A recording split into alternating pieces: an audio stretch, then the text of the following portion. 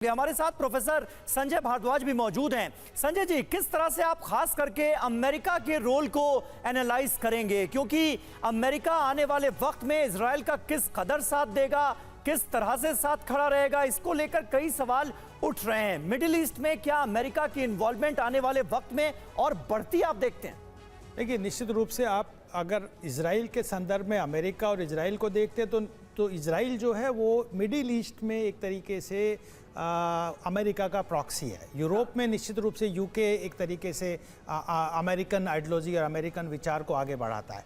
लेकिन यहाँ पे बड़ा सवाल क्या है कि जिस तरीके से आफ्टर 9/11 और एक तरीके से पोलराइजेशन जो वर्ल्ड में हुआ कि आप हंटिंगटन के क्लैश ऑफ सिविलाइजेशन, तो जो मिडिल ईस्ट के ईरान और जो ये वायलेंट नॉन स्टेट एक्टर्स हैं, जिसमें आईएस है या हूती है या हिजबुल्लाह है, इन्होंने एक इस्लाम को एक डिस्कोर्स के रूप में प्रोजेक्ट किया और उसको आतंक के माध्यम से इसको रिजोल्व करने की बात की। तो अमेरिका ने दो टेक्निक्स अपनाई। पहला कि हम इनको क्रैश कर देंगे, इनको ख़त्म कर देंगे, जिस तरीके से तालिबान और आईएस को और अलकायदा को अफगानिस्तान में ख़त्म करने का प्रयास किया। लेकिन ये मिलिट्री मीन्स कितना कारगर हुआ ये आप सबको पता है कि अमेरिका को फाइनली अफगानिस्तान से विड्रॉ करना पड़ा। तो दूसरा जो टेक्निक, दूसरी तकनीक की डायलॉग्स और पीसफुल मैनर से करना जाए। लेकिन यहाँ पे जो इजराइल वाला कॉन्टेक्स्ट और अरब जो कॉन्फ्लिक्ट चल रहा है, इसमें दो बातें बहुत महत्वपूर्ण चल रही है।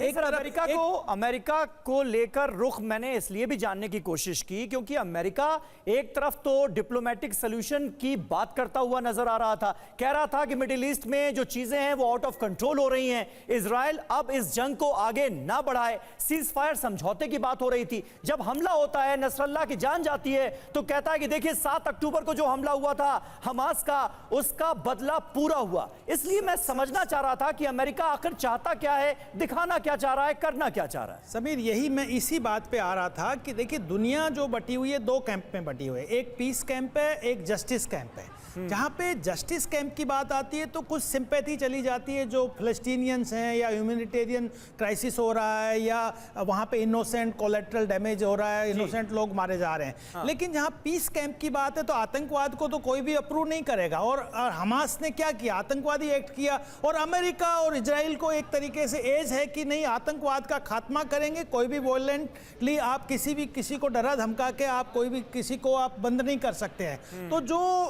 जो सीज फायर की बात है, सीज फायर में भी देखिए, पहले सीज फायर में अमेरिका, भारत, कई लोग शामिल थे, लेकिन आज के दिन सीज फायर के इशू पे भी एब्सटेंड कर रहे हैं कि नहीं, पहले इन वायलेंट नॉन स्टेट एक्टर का खात्मा किया जाए, उसके बाद सीज फायर। और अमेरिका डायरेक्टली इजराइल को आज के दिन, अभी जिस तरीके से नसरुल्लाह के बारे में बाइडेन ने जो स्टेटमेंट दिया, साफ साफ है कि हम कोई भी आतंक को एक्सेप्ट नहीं करेंगे। और जो नसरुल्लाह है वो कई हत्याओं का जिम्मेदार है, कई आतंकवादी एक्टिविटीज का जिम्मेदार है। तो निश्चित रूप से अमेरिका का लगता भी है कि इजराइल जो कर रहा है उसमें पूरी रजामंदी है अमेरिका की। ईरान की तरफ से जो स्टेटमेंट आए हैं, अमेरिका को सीधे तौर पर इसके लिए जिम्मेदार ठहराया गया है।